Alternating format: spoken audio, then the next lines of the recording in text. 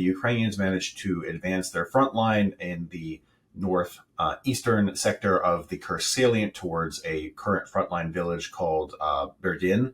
That's where the current fighting is happening.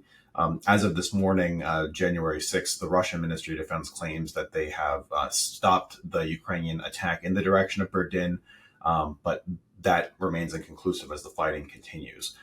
Yesterday, we saw some Ukrainian vehicles make it actually into the southern part of Berdin, not just the outskirts of the town, but actually into the part of the town. And the fighting is ongoing. Hello and welcome to Frontline for Times Radio. I'm James Hansen, and today we're talking about the latest on the war in Ukraine, and I'm delighted to be joined by George Barros from the Institute for the Study of War. George is the head of their Russia team, and he's a regular contributor here on Frontline. George, always a pleasure. Welcome back. Good morning, James. Thanks so much for having me. Once again, Happy New Year. And to you.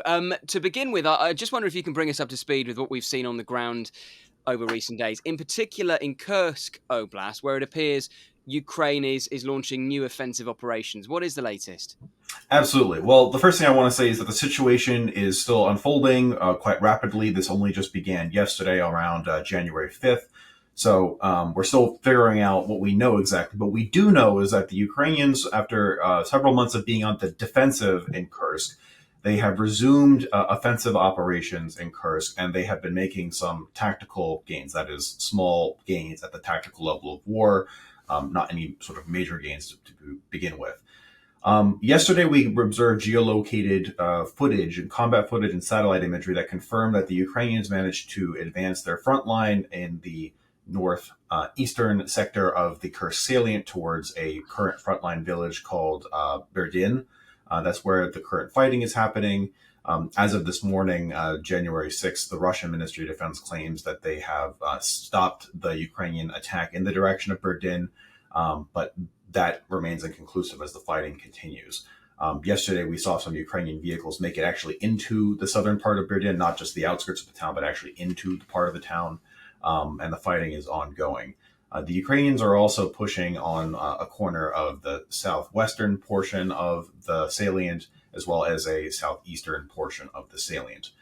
Russian sources have been warning for many weeks and months that the Ukrainians would be preparing to conduct a new offensive operation in winter 2025.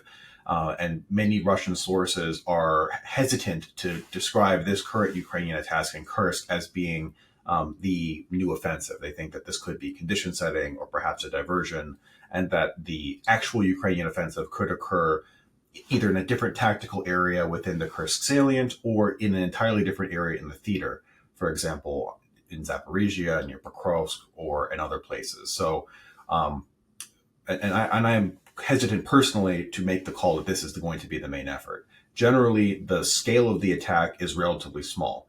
What we're seeing in the combat footage are, small units, platoons, maybe groups of 5 to 6 mechanized vehicles at a time. And it seems that the attacks in Kursk for now are at the battalion level. So maybe the Russians say that the Ukrainians are using, between 2 to 3 companies so far. So this is pretty small scale for now. But so that leads credence to the argument that this is probably just the opening sequence for something larger, but that is to be seen. I mean, that is, I suppose, the crucial question, and it is obviously too early to tell whether this is just a diversionary tactic or whether this is the start of something larger. But in a way, I suppose, from Ukraine's perspective, that uncertainty is helpful. If you keep the Russians guessing, that's a good thing. Absolutely, James. I mean, you want to achieve operational surprise. You want to have your adversary not know how to effectively respond to you in any event. The whole reason the Ukrainians are in Kursk in the first place is because they achieved operational surprise back in August of 24, when they went in and managed to go 40 kilometers in the span of just a couple of days relatively quickly.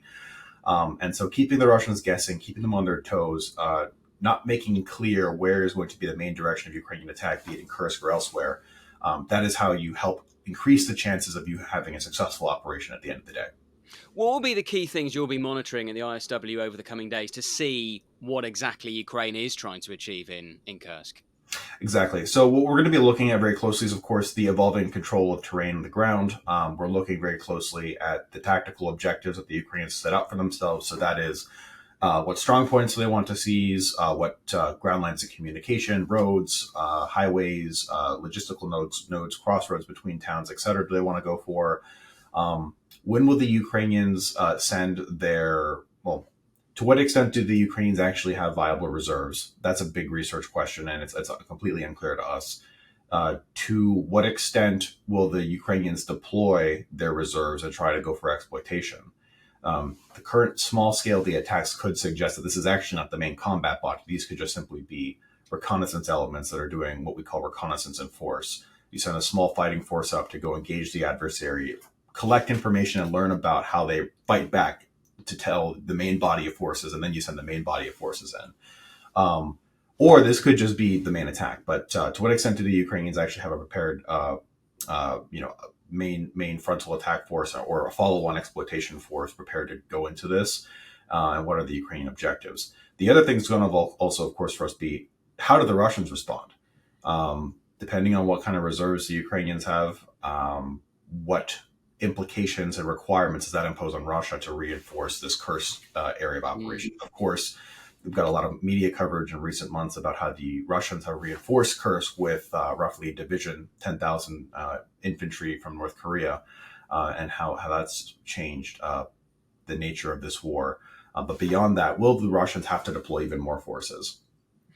Well, that is one of the crucial questions. And actually, on the topic of North Korea, President Zelensky said in recent days that Russian forces, including North Korean troops, have lost up to a battalion of infantry fighting around one village in southern Kursk in roughly 2 days.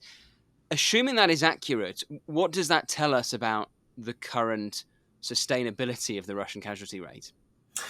Well, the Russian casualty rate across the entire theater is not sustainable. We've talked about this for a long time, but all the open source intelligence indicates that the Russians lose between, on average, 30,000 troops per month, killed and wounded. In the Q4 of 2024, the Russians pushed harder because they're sprinting at the end of a marathon, and they were losing closer to 40 or 45 casualties per month. So when North Korea gifted the Russians 10,000 soldiers back in the fall, that was really just roughly 10 days worth of soldiers if you were to aggregate it across the entirety of the theater. Now, within Kursk itself specifically, we've not been able to confirm independently the number of North Koreans killed or wounded because we actually we're not prepared to look at people's faces and pictures and say, yep, those are North Koreans versus Asiatic Russians living, coming from eastern Siberian parts of Russia. However, that's all consistent with the reports that we've gotten from Pentagon officials and UK officials and Ukrainian officials. I think it was just about a couple weeks ago, the Pentagon claimed that the Russians have taken on about 1,000 casualties, a battalion being between 500 and 1,000 in total, which was over the course of several weeks of fighting. And then that was before that the Russians even started to decisively deploy North Koreans in these wave attacks. The purported combat footage that we've seen of the North Koreans being used shows them being used as dismounted infantry without vehicle support, being marched across fields to go seize tactical land, and the Ukrainians engaging them relatively effectively because that is not a particularly effective use of infantry. But you make gains that way, but it comes at a tremendous human cost. And the frontline villages where the North Koreans are reportedly fighting, where, according to Russian reports, they are indeed frontline towns, and they are indeed the places where the Ukrainians are attacking in some areas new as well. So it's not inconceivable that you would see up to a battalion's worth of casualties over a 48-hour period. That actually occurs in other parts of the theater too. Just yesterday, there was a Ukrainian brigade commander in the Barros area in southeastern Ukraine who reported that about a battalion's worth of Russians are killed and wounded per day there as well, about 400 guys a day. So the hotspots are really hot. I mean, there has been speculation for so long as to whether Putin will be forced to launch a fresh wave of mobilization to try and address the casualty rate. How do you rate the chances of that happening at some point in the coming months, George? I think if we can hold the Russians to the current tempo of operations, where they continue to lose between 20 to 30K guys a month, it's a question of time. When will Putin have to call mobilization? Because really starting since the fall, we've seen the system for Russian force generation, the system by which they generate volunteers by using insane financial incentives, economic incentives. It's become less effective. The system's not working as well as it used to. You can plot the XY graph for how much the various Russian regions are now offering for these one-time enlistment bonuses and so on and so forth. I mean, just yesterday, the oblast I believe it was Samara, they broke the record with a now 4 million ruble one-time signing bonus. That's about $36,000 USD. The average Russian annual salary is 1.2 million rubles. So you can basically make 4 times the annual salary in Russia just in a one-time sign-up bonus, which is absurd. And of course, this is breaking the Russian economy in real time. Inflation is a major deal within Russia. The overnight insurance rate is, I have to double check. Last I checked, this before the Russian central bank met in late December, but it was 21%. They were reportedly going to raise it to 23%. Russia's burning through its sovereign wealth fund, right? Everyone's flush with this Ministry of Defense cash. But that's just causing a whole lot of inflation. And it's not sustainable from the Russian economic perspective. Neither is it sustainable from the Russian force generation perspective, because it feeds into an existing Russian labor deficit. They have over 1 million vacancies in the workplace due to tremendous number of people going to go fight and die. And so I really do see it as a question of time.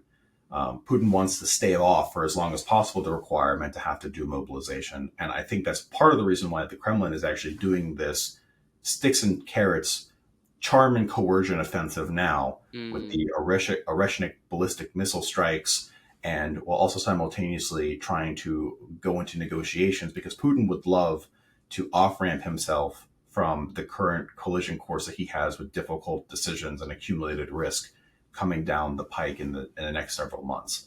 But look, provided that the current tempo of operations keeps going, I think Putin will have to call mobilization within the next 18 to 24 months. I don't know exactly when.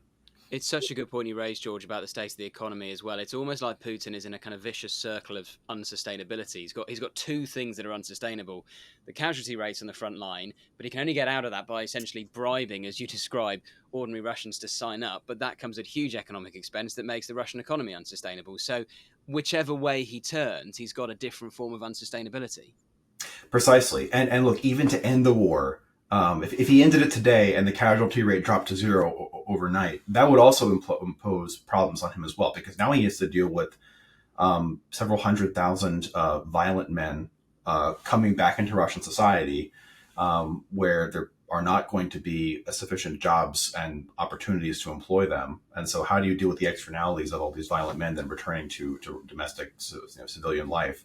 Because that'll definitely cause problems too. And of course, the Russian defense sector is employing so many people too. And so if you were to decrease the requirements of the defense sector employment, that will cause other structural unemployment as well. So really, yeah, it's sort of, it's damned if you do, damned if you don't in many sort of ways. And I hope that the Western leaders, as we continue to think about conflict termination and negotiations, we realize actually there's a lot of leverage that the Russians have allowed themselves to give to us, and we should exploit that leverage and seek concessions from the Russians, as opposed to delivering unto the Russians pre-concessions before just to get to the table. Just on the topic of Kursk again, according to your latest campaign assessment, Russian sources have expressed concerns about Ukraine's use of electronic warfare, which has prevented Russian forces from operating drones in Kursk Oblast. Can you talk to us a little bit about that, George? What exactly are they doing, and how big a headache is it causing for the Russians? Absolutely. So Russian reports claim that the Ukrainians are using very aggressive electronic warfare to block out the variety of the spectrum, of the electromagnetic spectrum that the Russians use to fly their FPV drones.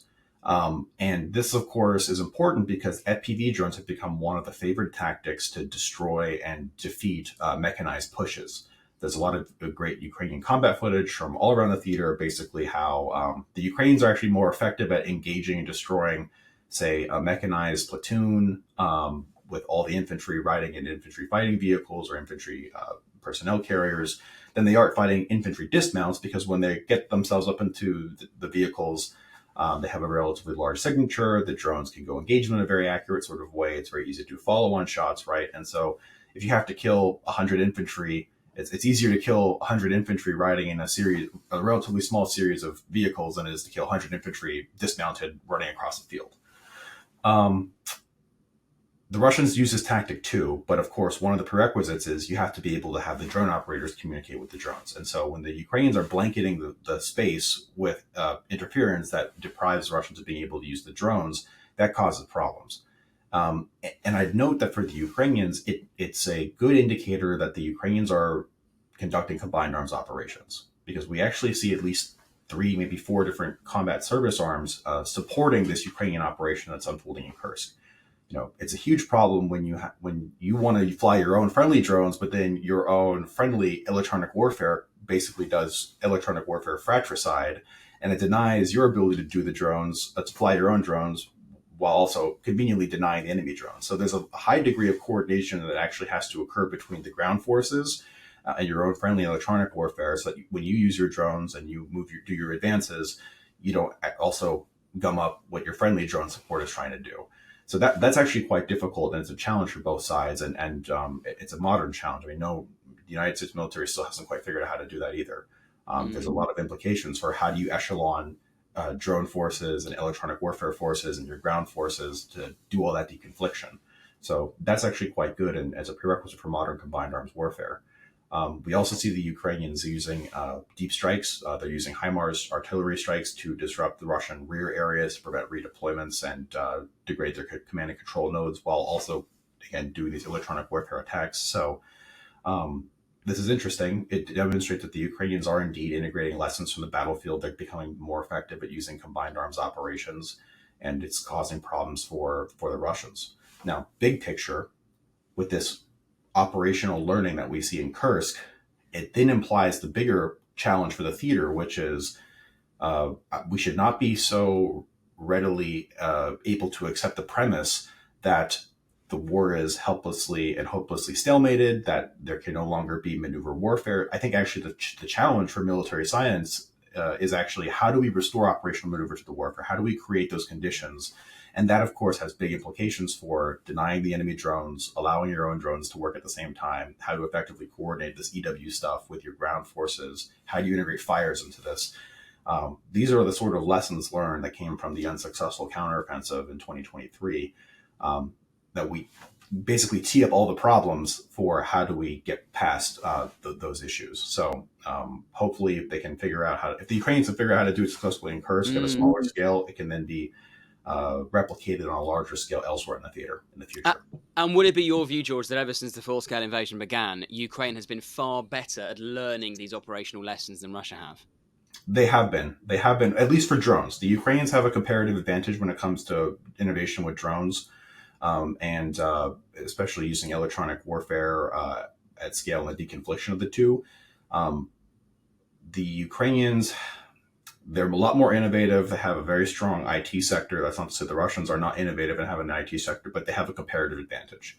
And unfortunately for the Russians, the Russian Ministry of Defense actually is trying to establish a Russian Ministry of Defense run monolith that will subordinate unto itself all of the various irregular and organic drone shops that have spawned up in various Russian units.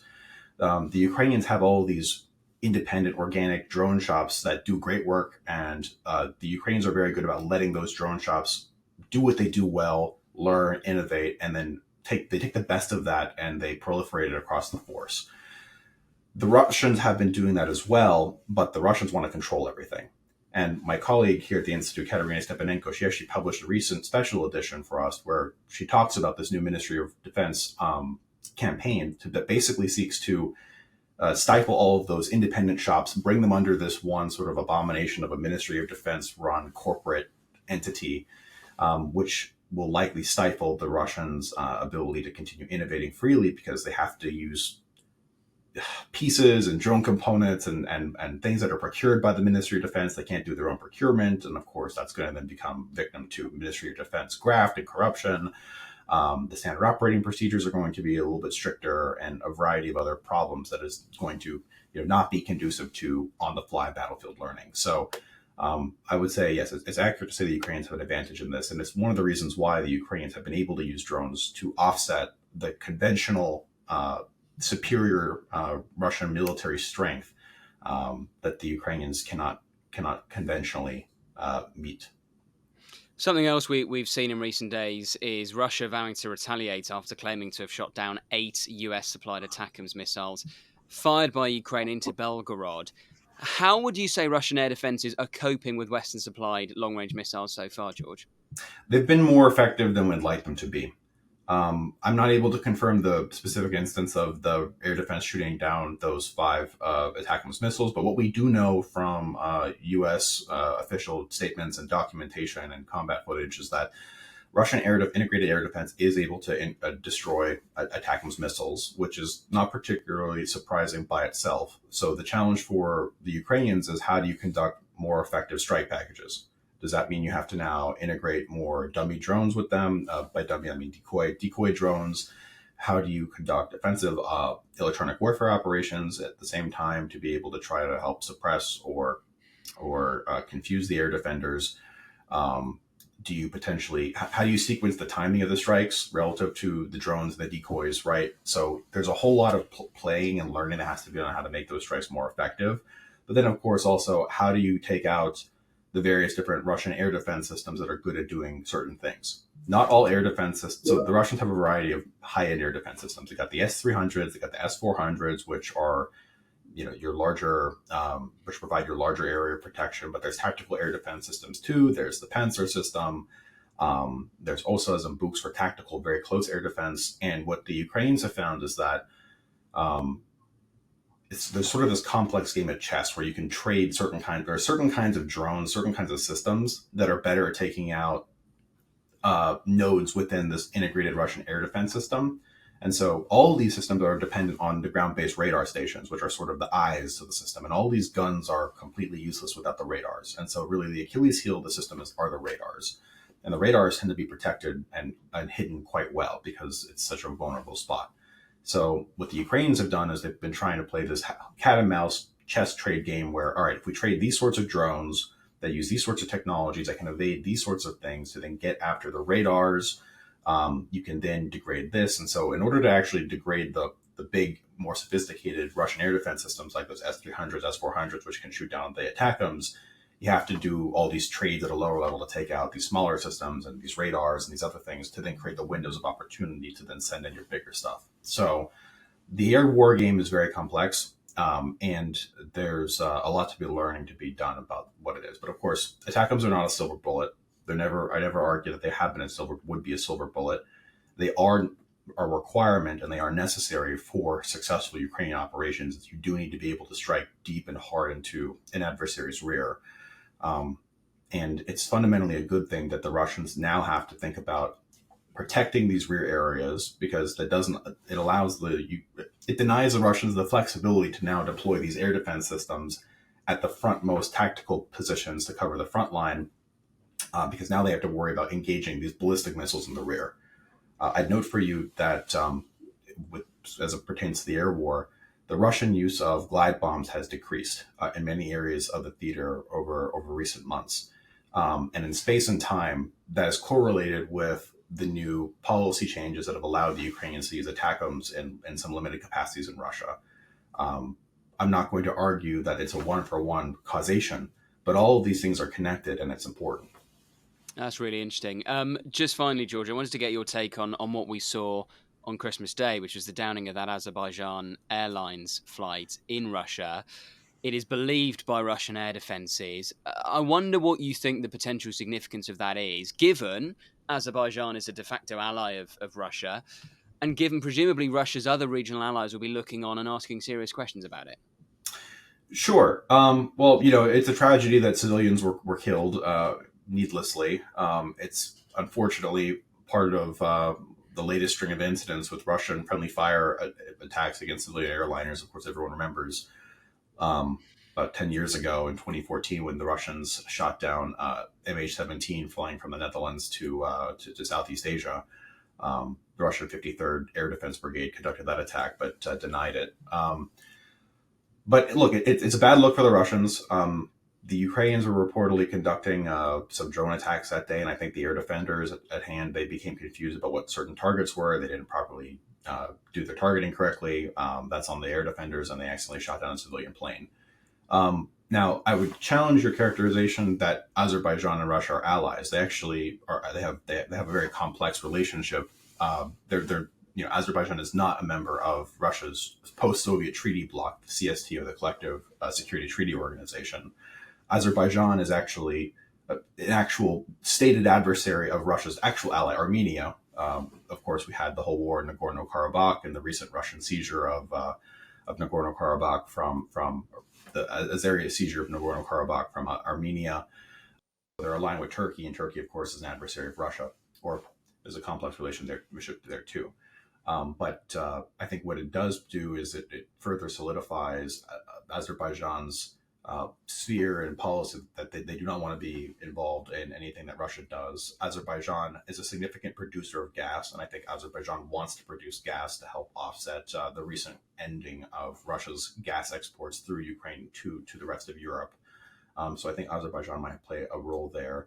And of course, I think if anything, this will further increase the animus that the Azeris not only have for Armenians, which is long and historical, but also the Russians in general. They already are not buddies, but this most recent incident, I'm sure, will only make those relations worse. And so the relationships in the Caucasus are becoming more complex and more interesting. Russia is less so a neutral player, increasingly so the antagonistic player. And these political dynamics in the former Soviet space are just, getting even more complex and even more messy. Not that they were not messy to begin with. And just finally, George, here we are having this conversation right at the beginning of 2025.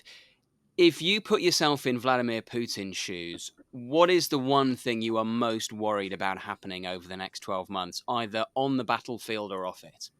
I think the most worrying thing that I'm concerned about is what does the upcoming Trump administration decide to do vis-a-vis Ukraine? Will Trump take the bait, and will Trump essentially do what Putin and what Lavrov and the Russian Foreign Ministry have been asking, which is pre-concessions just to get to the negotiating table on Ukraine's sovereignty and right to association. They want Ukraine to not join NATO and the EU. Of course, it is a sovereign state's right to be allowed to freely associate. And so I think Putin would love it if he could get an off-ramp to this war, get not a deal where both sides negotiate and both sides take some concessions, but the version in which the Russians get everything they want but sacrifice nothing.